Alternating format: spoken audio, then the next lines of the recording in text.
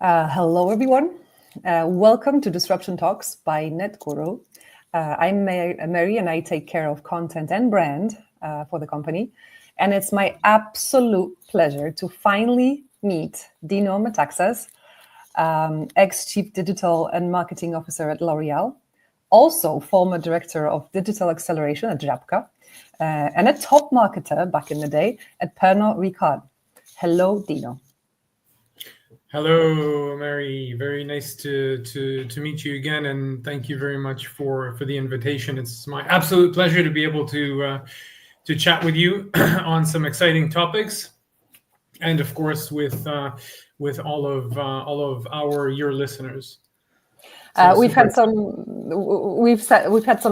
technical difficulties last week, so basically, I'm happy that we can try again. We're going to be talking the things that we both do day to day. So that's marketing. We're going to be talking AI because that's also what we do, and all of us, not just marketers. And that's what everybody's talking about, it seems, right? Or marketers and... That's the topic. But I want to start off with a question, Dino, basically. Would you say that the latest version of Will Smith eating spaghetti is about as good as it gets when it comes to AI-generated video? So you saw my recent post on LinkedIn, I think. No, I think it's gonna get a lot better. I think I chose Will Smith because it was quite a trending topic, and it's quite staggering to see how quickly really things are moving. So it's literally 2 years, and we went to a deformed Will Smith eating something that looked like spaghetti to a Will Smith that you can almost not tell the difference whether or not. The only way you could tell is, I don't think Will Smith is that young. I think he's a little bit older, but he's looking really good, right? So, again, this is 2 years. So as we know, AI is exponentially growing. Capabilities are growing. Processing power is growing. Although there's a huge demand for chipsets. But it's coming slowly, and it's only going to get exponentially better. And I think that's this at the same time scary and exciting part. So not only looking at that video, I think many may have seen, or if you haven't seen, Google's new launch of what was it, VO3, I believe, right? Yes, VO3. And those video capabilities, and how now you're integrating voice, sound effects into videos. I think the clips are only 8 seconds at the moment, but you can already see how this is going to be impacting the Hollywood, the video industry, video creators in general, right? Where you're able to create clips literally from a simple prompt. So this is also mind-blowing for those that haven't seen it. I absolutely suggest having a look at VO3 and the capabilities that are available there. So a lot happening in that space, but not only. Yep. Just human to human, I was wondering before we started talking, do you still do any of your writing on your own, whatever it is? Or are AI tools and platforms your go-to place whenever it is you need to create something? Yeah, I think it depends what I'm writing. I think that so Copilot is already giving you, I believe it's already giving you suggestions. I haven't used Copilot for a bit because it was part of the corporate, but I think that it's already giving you suggestions in terms of your writing, but I'm seeing it all over the place. It really depends what I'm writing. I will typically write what I want on my own, and then I will ask AI, and depends who I'm writing to, right? So I will ask AI to maybe have a look and see if I can, if suggested changes. And I would tell you that it's probably about 50-50 because I haven't uploaded my full personality profile yet, so or I haven't shared my full personality profile yet, and maybe that's what's lacking. But yeah. but it's just a matter of time. Yeah. Well, same here, actually. I was just wondering about your approach. Yeah, I think 50-50. Jumping straight to the questions. For some, it's easier to start with AI. For others, it's a bit of a challenge. In your opinion, what's the greatest barrier to AI fluency, and how to overcome it? So I think for everybody that is a little bit overwhelmed in terms of AI, because there's so many things that are happening, a lot of people may feel overwhelmed in a sense that, oh my God, everything's moving so quickly, everything is changing from week to week. There's something new, and I just don't have time, and I don't want to get my head into it because I'm just going to get lost in everything that's moving so quickly. I think that so there's a few ways that people can overcome this. First of all, AI and it's in the wording. So LLM, large language models. So AI is based on language. It has never been easier than ever before for people to really kind of get into it. Why? Because it's based on language. So you don't need to be a coder, you don't need to be a programmer to start getting into artificial intelligence or to GPT type of AIs. It's just to be curious. For me, I always say be curious.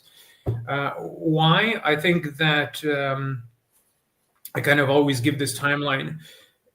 In 5 years, you're going to have two types of companies. You're going to have, before we get into us ourselves, but you're going to have two types of companies. You're going to have companies that are fully AI driven. So all of the decisions that they're making and everything that they're creating and doing is supported, and I'm not going to say that AI is making the decisions for them, but it's supported by AI. So before I make a decision or before I create or do anything, I will be working together with my AI agent to confirm the decisions that I want to make, right? Or the what the business wants to do. And more or less, some companies are going to be fully AI driven. Others will be less, but you will have two types. So those that are using AI to the fullest capabilities, and then full stop. I say no more. That's it. It'll be AI driven companies and nothing else. So I think in 5 years, we're going to see a massive, let's say, Blockbuster or Kodak moment event where companies are kind of disappearing because you can't keep up. If you're not using AI to the fullest as an organization, an organization that's using AI is 10, 20, 30% more effective versus an organization that's not. So, who's going to win at the end of the day? Mm-hmm. So it's an absolute must for organizations, for leaders to start, the AI agenda, the AI topic should be at the absolute top of their agenda. Mm-hmm. In terms of organizations, and we can deep dive a little bit more into that. From a people perspective, again, and at the end of our discussion, I can give a couple of suggestions in terms of links or books to read, et cetera, et cetera. It's not difficult. It's really an exciting moment to be in, and it's easy to learn. Mm-hmm. There's a lot of courses, free courses out there. I mean, first of all, just get onto ChatGPT. It's free. There's multiple different platforms. You got Perplexity, Notebook LM, GPT, DeepSeek, Cloud, and I can keep going in terms of LM models. And it's free. You don't need to pay for it. The first number of prompts or whatever are free. Get on it. Start working with it. Start asking, smart questions. See what it comes back to you with, and then it will kind of like pull you in. When I'm building a presentation today, I'm working full time with AI. All of a sudden I can't imagine myself not building a deck or a presentation or whatever without using the power of AI on multiple levels. Whether it's coming back to me with suggestions, whether it's creating visuals, whether it's doing an analysis on some ideas that I have, or a market, analysis and so forth. So, for people, for yourself, just be curious and kind of start getting into it. Don't be worried about, that's kind of the first step. Sorry for the long answer. But I'm thinking, it all ties together. I'm thinking that basically, long story short, try it out and see how fast it'll pull you in, right? That's what you're trying to say. Pretty much, exactly. It's like you realize that, and it's kind of like this. So it's for me, it's like this. So can you imagine you go to a company and you start working for a company, and the company says no to the internet. So we don't give any of our employees access to the internet. We don't use the internet to do anything that we do. So I don't believe that there's a company out there that's currently doing that, but that's pretty much what AI is going to look like in 2 to 3 years from today, where, if you're not using, it would be like coming to a company that doesn't have the internet. It's pretty much going to be like that. And I almost feel like that today. Whatever I'm doing, I'm again, AI is so it's like Batman and Robin. It's like your sidekick. It's like your superpower. AI is my superpower, or it's my, I feel like I'm more Robin and AI is like the Batman, it's like. Oh, I love that. So listen, for our viewers, what would be the simplest thing with the greatest impact that us marketers can do with AI? Not just marketers, leaders in general. And we fail to. What is the one thing you think we should start thinking about? So I think that's a great question, and I think the absolute must today is God, and these statistics are changing so quickly. I was at a conference maybe a couple of weeks ago. It was at it was a leasing conference in Poland, so all the big leasing companies. And I was on a panel, and I asked the people in the crowd. There was probably about maybe 500 people. I asked them, so on a daily basis, how many people are using AI privately? And about 30%, 40%, 30-40% of the hands went up. So privately they're using it. And then I asked, so how many people within the crowd, how many of you guys and the organizations that you work for, what percentage of these organizations have a ChatGPT type model available for employees? And here, like about 5 to 10% of people's hands went up, right? So I will say it kind of like this, and it comes back to what I said earlier. It's our obligation as leaders that if you want to be relevant in your organization, you expect your organization to be around for the long term. It should be an absolute priority for you to start giving access to your employees to a GPT type model. So it depends. There's a lot of models out there. It depends what the right model is for your company, but you need to work together with your tech team and your digital marketing or digital director, if you have, to decide on what is the best platform for your organization, because every organization is different. And then, of course, what about privacy, et cetera, et cetera? Well, the models today allow for organizations to have the models built in locally, or, there are corporate models, for all of the platforms where your data is not being, whatever you're putting into the platform is not being taken outside. So it's an absolute, it's our as leaders. This is for us, for our company, and for the future of our employees. We absolutely need to be doing this. Just make it a priority. It needs to be a priority. So that's the first, right? So you first give access to your employees, which is great. So it's top down. First, give access to the platforms, then bottom up. So top down, bottom up is trainings. So start giving your employees the opportunity for training. So when I was at L'Oreal very recently, so we from a global perspective, we implemented GPT, and that was fine. However, to get things and to speed things up quickly, so I started organizing local trainings. So live trainings we started at the basics around prompting, right? How to properly prompt, and then we built it up on levels. When we started the trainings and we wanted to do the trainings live, the trainings were literally booked within 30 seconds of publication. So people are curious. People want to learn, right? They want to get on board and they want to start using the tools. And this is how organizations kind of need to, answering the first question that I had, how do you kind of get into it? Well, the organization can really help you do this. And people want to learn. They want to start using the tools. Once you have the tools, once you start putting in the trainings, then you're going to see a lot of magic start happening, right? So people are going to start developing, ideas in terms of, well, you can do this, you can do this, you can do this. And then it goes outside the model slightly, outside of the typical GPT model, where you can start creating agents and doing other things around it. So. And it's going to pull them in using your phrasing. I love that. And it's going to pull them in, absolutely. I know you're parting ways with L'Oreal, but to our audience, a fantastic brand. So it's super interesting to understand, how L'Oreal has been using AI recently. If you can just give us an idea of the coolest real life use cases that you were part of or you witnessed. Sure. So I think the first, for me, what I mentioned earlier is super exciting, right? So giving people the opportunity to learn and seeing how that really took off. That was really exciting, right? So once that took off, we started developing a lot of ideas were starting to come in. One of the ideas that we developed were around content creation.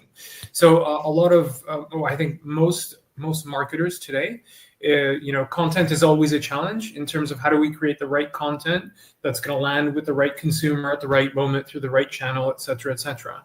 So using AI, we created a local platform or a model, an AI model that, based on our consumer segments, so we have a consumer segmentation methodology.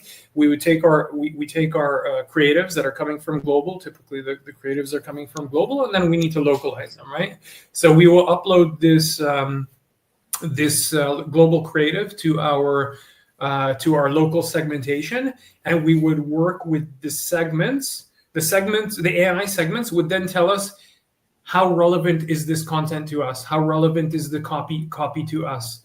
And we would work on the copy, and the AI then rated the copy and the creative to say that the rating is high, so it's 98% to my target group, and then we would use that copy and creative and A/B test it with our audience, and it was way more effective, way faster. And this is amazing, and that's just one area of how L'Oreal is using it. HR agent, another interesting example. An HR agent. So we get I'm sure. So everybody within HR, a lot of employees are always asking a lot of simple questions, right? So I don't know, when does my insurance expire, or where's my medical, simple questions, HR. So and nobody wants to go and look through PDFs on a server somewhere, right? So you got PDFs on a server, the answers are there, look for them. So simple. We created an HR agent, uploaded pretty much all of the PDFs that are so no data that's breaking no privacy, of course, so just generic stuff, uploading all of the PDFs and all of the data to our HR agent, and now you can just simply go and ask the HR agent simple questions, and they answer the questions in a human-like manner. So that's something simple, for example, right? That takes a lot of time off the hands of people.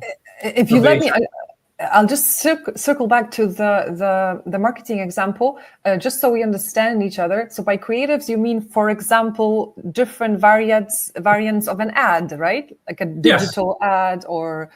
Absolutely. So you get a creative key visual, which is prepared by Global. We would upload it into the AI segments, and looking at the copy, the AI segments would then translate that copy into Polish and give us multiple different options that will best fit to that particular consumer segment. That's really useful, and And I know these solutions are out there. I myself haven't tried working with them just yet, but I'm wondering about the actual quality of these first translations. How would you judge them? Like, were the first takes already fine, or did you have to tweak them anyways? So the first takes are in English. And we would, as you can imagine, a lot of times when you have copy in English and then you translate to the local language, it completely doesn't land to the segment, right? So it would be taking that translation and translating it and making sure that we have the right context of that translation to the segment. So if you have 8 or 9 different segments, the translation can also be slightly different, or the way it's structured to each of the segments to make sure that it lands more effectively with that particular segment. And a lot faster. And of course, we're testing that then with real consumers at the beginning, right? So with real consumer segments to make sure that the AI is not, making up things that are not working in terms of a communications perspective. And then A/B testing it. So at that stage, from what I'm hearing, the translation bit was missing. So I guess like in a year from now, the Polish or whatever local version is going to be good enough that it's not going to require further translatory work from marketers. Yeah, so because it's not only about translation. Translation is one thing, but then you're not just translating straight from English to Polish, as I mentioned earlier. It needs to be relevant to the local to the local consumer. So that it's not always one-to-one translation. In most cases, it's not one-to-one translation because it just doesn't work in terms of local context. So the AI needs to then look at it. If you're working together with an agency, let's say that you're not using AI, that process typically takes like 2 weeks. The process takes 2 weeks. So you're working with your agency is coming, giving you proposals, you're going back and forth with ideas on and I'm talking here about content. I'm not even talking about the creatives yet, but so you're looking at the content, you're going back and forth. Here it's on the fly. So it's live. It's, you put it in, the AI comes back to you with ideas, and it's from, 2 weeks to literally down to 2 minutes. And we're also giving the tools to our agencies. So we're not bypassing the agency, but we're also giving the tool to the agency where agency can use the tool and to again, be faster, more effective, smarter, et cetera, et cetera. That's fantastic efficiency. Fantastic efficiency. Yeah, super exciting. Let's talk about work in general, because you like to talk about the future. We are, well, in a way, already living in the future. But how do you see the future of work 10 years from now? I mean, which areas do you think you can say will stay human-driven, and which are the ones that we can automate? We can think about automating completely. Yeah, I think 10 years. So if you were to go back 30 years ago, or even 10 years ago, and you were to say what is 10 years from today going to look like? In most cases, people would come to you with something that's, 10 years is still a long stretch. But I think it would be more accurate. It's 20 years ago than it is today. Things are moving exponentially, like crazy exponentially. I think that, quantum computing is going to come online before 10 years. That is going to absolutely change everything. That is going to superpower artificial intelligence. Today, I think the average IQ of a human is about 100, 98 to 100. That's the average IQ. Einstein had an IQ of about 180, 190. And today we're talking about LM models with an IQ of an Einstein level IQ, which is about 180, 190. In 2-3 years, we're going to have 250 plus, which is completely off the charts. So when I think we're able to measure about an IQ of 200 because no human has gone above 200. And when you look at AI and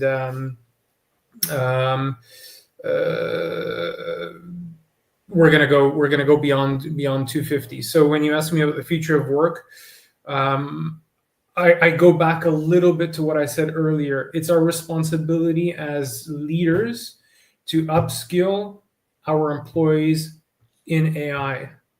If you want to stay competitive in the future, in the near future, so 2-3 years from now, you need to be completely AI fluent, how would you say, right? So you're working together with AI, you understand AI, and you're using AI as your sidekick, as your superpower to help you go from 100 or 120 IQ to 200 to 250. You're working, again, together with together with AI to superpower everything that you're doing. It's making you smarter, it's making you faster, it's making you more efficient, more effective, and it's doing the same thing for the organization that you're working for. So it's people that are, and I'm 3 years, because let's start with 3 years and then you can go 10 years. But again, if 2 to 3 years from now, you're going to have two types of you have two types of employees. They both have the same degree, they finish the same school, they have the same level of intelligence. One is fully utilized and using AI, the other one is not.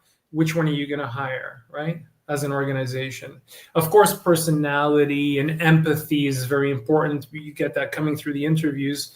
And this is, of course, part of the human side of things, right? I mean, this is something that will be super important as we move forward, who you are as a human, in terms of your empathy and your relationship with people. This is going to stay for a long time, and it's going to be super important. When we look beyond 3 years and 5 years, sorry, go ahead.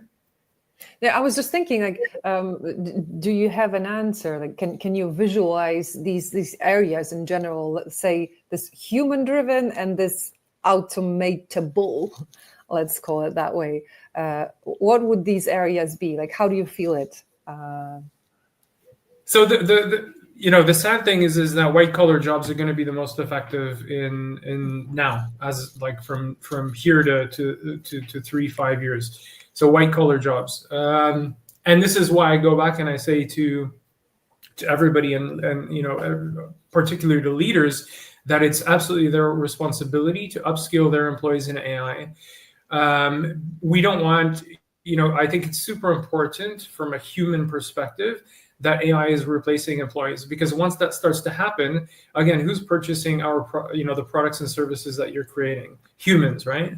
When humans are no longer working, then who's purchasing your products and services? Again, this is a much deeper conversation, and I think the whole idea of capitalism is going to be completely disrupted moving forward. Going into that 10 years. Where you're creating products and services at near zero costs. Why? Because you're going to have robots. So AI is coming. AI today, it's an interface, right? Where you're using a computer. 5 years from now, you're going to have real live humanoid robots coming into the workforce, right? Which is happening now in factories. Why? Because factory is a controlled environment. So you can have AI robots coming into a factory doing things. You don't need to worry about knocking over a candle and burning down a house. It's like with Tesla and their automated cars, right? So starting with a controlled environment and then moving out of a controlled environment. Then you will have you'll have humanoid robots coming into houses, coming into construction sites. And this is where, of course, then the blue collar jobs are affected. And we're talking 10 years. We're talking 10 years out. So, a lot of, I think, exciting things coming, a lot of change coming. And it's happening at lightning speed, or an exponential pace. For me, again, I think coming back to closer terms, so 3 years, be curious as people, as humans, be curious, learn. Don't say no to AI. It's here and it's going to stay. It's not going anywhere. And as leaders, make sure that we're upskilling our employees, our teams, because we're human. We want to stay human, and we want to continue. We're continuing to work with humans, and I think that's kind of the core of my message. Mm-hmm. So how would you say we can feed this curiosity? So I'm basically moving to the very last question on the list today. Can you give some reading, watching recommendations? So there's a couple of really interesting, easy to read books that I recently finished. One is Scary Smart by Mo Gaudat. So Mo is one of the co-creators of DeepMind. So DeepMind is the computer that beat Lee Sedol, I believe, in AlphaGo. So many people, I kind of remember that part in history. A lot of people were completely shocked when that happened. And another one is The Coming Wave by Mustafa Suleyman, and also DeepMind, co-creator of DeepMind. So a great book on AI and what's coming in the future. Some podcasts, I would say that Moonshots is a really good podcast by Peter Diamandis. It's a very interesting one, talking about longevity, about the future of humanity, and so forth. Mo Gaudat is also doing a bunch of podcasts, so you can listen to him. Really exciting topics that they're talking about. And I think all of the leaders and all of the big leaders in the tech companies today are talking similar, to what I'm saying in terms of the future and what's absolutely coming. So we can't be ignorant to so The Coming Wave in terms of Mustafa's book, because it's absolutely coming, and it's coming very quickly, and we need to adapt, and we need to be aware. You seem to be constantly and continuously excited about everything that's happening in AI, at least in this marketing creative space. Is that fair to say? I think I'm excited. I'm excited not only in terms. I've always been a bit of a futurist, even as a kid. That was always future forward and thinking about what it's going to be like in the future, and what. What humans are going to be like, and so forth. I think that not only marketing, but tech in general and AI in general, the next 10 years are going to be the most interesting, I think, and the most disruptive. AI will create the most disruption, and that disruption, and I'm not talking about marketing, but I'm talking about disruption in general, in terms of the way things are happening, in terms of the way we're used to things we're used to the way of things been happening for the past 200-300 years from a capitalistic perspective, right? In terms of work, money, and so forth. And 10 years are going to be extremely disruptive, so we'll see how it works out. Because when you're creating products and services at near zero costs, as I mentioned earlier, where you have the robots coming in and they're creating products now, you're not having to pay for this workforce. You have intelligence. Earlier we had the Industrial Revolution, right, which made massive changes. Today, we're entering into the intelligence revolution, where the cost of intelligence is rapidly dropping. You don't need to be the smartest person in the room to do amazing things. You don't need to be Einstein. You don't need to have that 190 IQ. All you need to do is be curious and work together with AI to start creating amazing things. And we're reaching a point in time which not only I'm calling, but it's the intelligence revolution. Longevity, robotics, everything is going to change in the coming 10 years. So again, as I said to everybody, be curious. It's a beautiful thought to leave our audience with. So let's stay curious, just like Dino is.